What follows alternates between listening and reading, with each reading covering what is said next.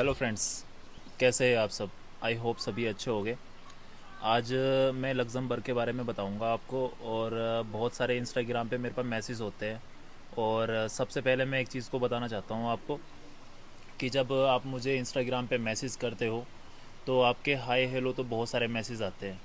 अगर आपने मेरे से कांटेक्ट करना है तो उसमें क्या है ना, अपनी क्वेरीज़ लिखा करो, जैसे कि आपने सीवी बनाना है तब, अगर आपने अप्लाई कराना है तब, और या फिर कोई भी मतलब वीज़ा रिलेटेड मेरे से बात करनी है तो वो मैसेज टाइप किया करो। अब कुछ लोग मेरे से कमेंट में ये लिखते हैं कि शान भाई आप रिप्लाई तो करते ही नहीं हो। तो रिप्लाई का ना बस यही एक कन्फ्यूज़न रहती है, किसको रिप्लाई करूँ किसको नहीं करूँ, क्योंकि हाय हेलो में इतना टाइम वेस्ट हो जाता है तो रिप्लाई करना मुश्किल हो जाता है। तो मैं आपको यही बोलना चाहता हूँ, जो भाई मेरे से इंस्टाग्राम पे कांटेक्ट करना चाहता है तो वो मेरे को सिर्फ ये लिखे कि जो उनको मेरे से हेल्प चाहिए। हाय हेलो लिखोगे तो टाइम वेस्ट है, मैं रिप्लाई नहीं कर पाऊँगा।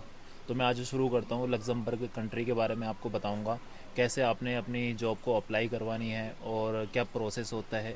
सारी डिटेल में हम इस वीडियो में डिस्कस करेंगे आज। तो फ्रेंड्स, मैं आपको बताना चाहता हूँ, देखो काफ़ी लोग हैं कि वो लग्जमबर्ग में जॉब को अप्लाई करना चाहते हैं। अब लग्जमबर्ग की मैंने बहुत सारी वीडियोस बनाई हुई है, लग्जमबर्ग में कैसे आप जॉब ले सकते हो, क्या प्रोसेस होता है, अगर आप विदाउट एक्सपीरियंस आप अप्लाई करते हो तो आपको कितना चांस है कितना नहीं है। मैं हमेशा यही बोलता हूँ कि अगर आपके पास अपने फील्ड का 1 ईयर का एक्सपीरियंस है तो आपके जॉब मिलने के चांसेस बन जाते हैं। अब कुछ लोग ये सोचते हैं कि हमारे पास एक्सपीरियंस नहीं है, फ्रेशर क्या हम अप्लाई कर सकते हैं, तो फ्रेशर के लिए कोई अपॉर्चुनिटी नहीं है। और लग्जमबर्ग कंट्री में आपको क्यों वहाँ पे वो जॉब देंगे। अगर उनको फ्रेशर ही लेना है तो वो ऑलरेडी यूरोपियन कंट्री से हायर कर लेंगे। तो मैं आप सभी को बताना चाहता हूँ कि अगर देखो लग्जमबर्ग में जॉब अप्लाई करनी है तो आपके पास एक्सपीरियंस होना चाहिए। दूसरा, आपने रिक्रूटमेंट एजेंसी के थ्रू ही अप्लाई करना है। अब रिक्रूटमेंट एजेंसी ऐसी होती है कि जब आप वहाँ पर अप्लाई करते हैं तो रिक्रूटमेंट एजेंसी कुछ चार्ज करती है आपसे। ऐसा नहीं है कि हाँ आप वहाँ पर अप्लाई करेंगे तो आपको वहाँ पे फ्री वीज़ा होगा, फ्री सब कुछ होगा। तो ये लोगों की ना एक सोच बनी हुई है, और लोग ये भी सोचते हैं कि बिना एजेंट के जाना है तो हमारा कोई खर्च नहीं होगा। देखो खर्च होता है, मैं सारा कुछ बताऊंगा आपको। लेकिन उससे पहले मैं ये बताता हूँ कि वर्क एक्सपीरियंस आपके पास 1 ईयर का होना चाहिए, तभी आप इस लग्जमबर्ग कंट्री में अप्लाई कर सकते हैं। एजुकेशन की अगर मैं बात करूँ, एजुकेशन मैटर करती है, लेकिन वो आईटी फील्ड वालों के लिए मैटर करती है। जैसे कि आप अब कोई दूसरे काम में अप्लाई करना चाहते हैं, जैसे कि आप इलेक्ट्रिशियन में, प्लम्बर में, कारपेंटर में, वेटर में, या फिर होटल लाइन में, कोई सी भी आप फील्ड में अपनी जॉब को अप्लाई करना चाहते हैं जो स्किल्ड की लाइन होती है, तो उसमें एजुकेशन मैटर नहीं करती है। मैटर जब करती है जब आप कोई प्रोफेशनली जॉब, हाई मतलब हाई क्वालिफिकेशन उसमें चाहिए होती है, जो प्रोफेशनल जॉब्स होती है।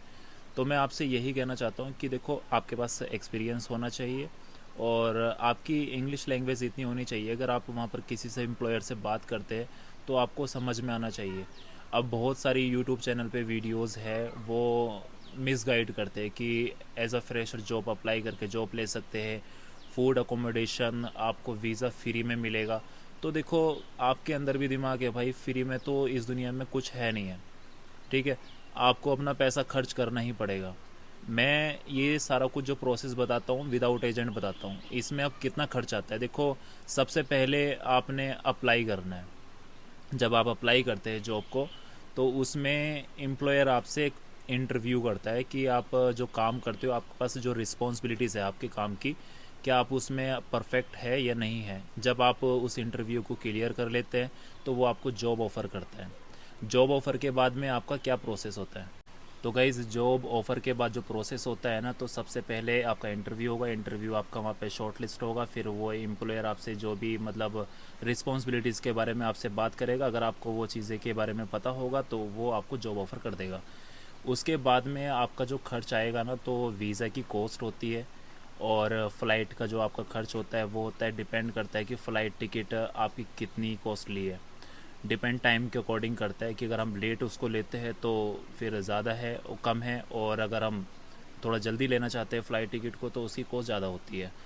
अच्छा, जो अपना वीज़ा की कॉस्ट होती है, वीज़ा की कॉस्ट आप 25,000 से लेकर 30-35,000 तक की मान के चलो, क्योंकि हर कंट्री की वीज़ा की कॉस्ट अलग अलग होती है। डॉक्यूमेंटेशन में जो आपका खर्च आता है ना, वो डॉक्यूमेंटेशन में हम उसको ये बोल सकते हैं कि हमारा एक ट्रैवल इंश्योरेंस होता है और डम्मी टिकट होती है, होटल बुकिंग होती है, 5-7 हज़ार रुपये का हमारा ये खर्च आ जाता है। तो अगर आप ये विदाउट एजेंट भी अपना प्रोसेस करते हो तो इसमें आपका 1 लाख 1,20,000 1.5 लाख रुपए के करीब आपका लग जाता है।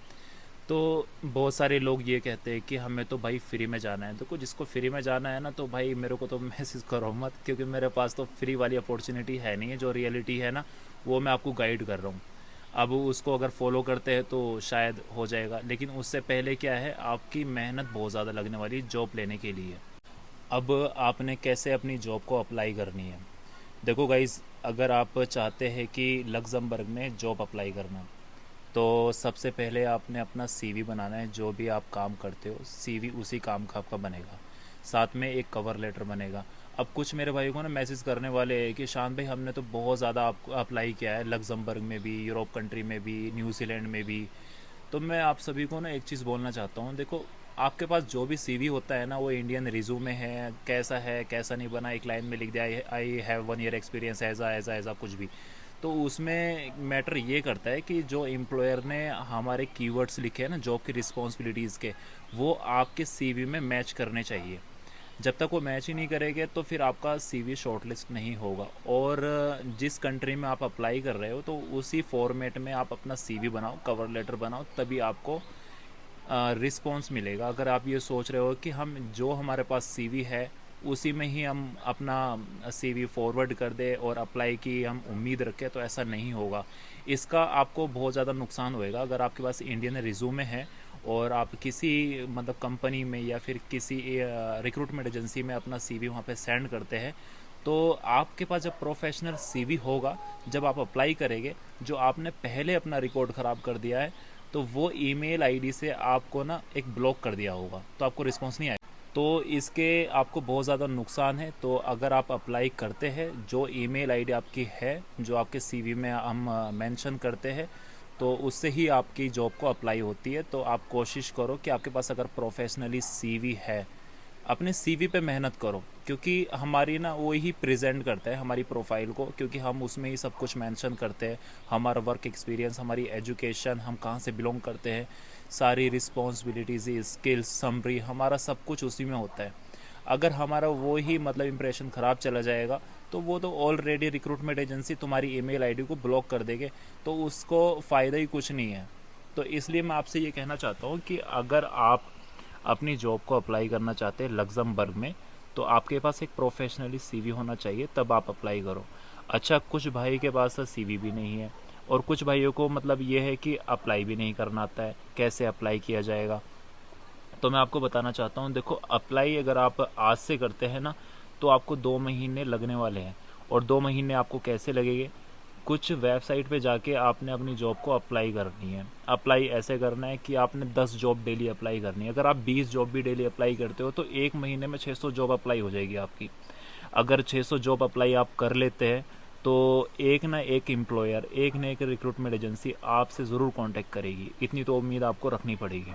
तो जैसा गाइज मैं आपको बता रहा हूँ, आप वैसा ही करो। अगर आपने बिना एजेंट के प्रोसेस ये करना है, तो इसमें आपकी ना बहुत ज़्यादा मेहनत भी लगेगी।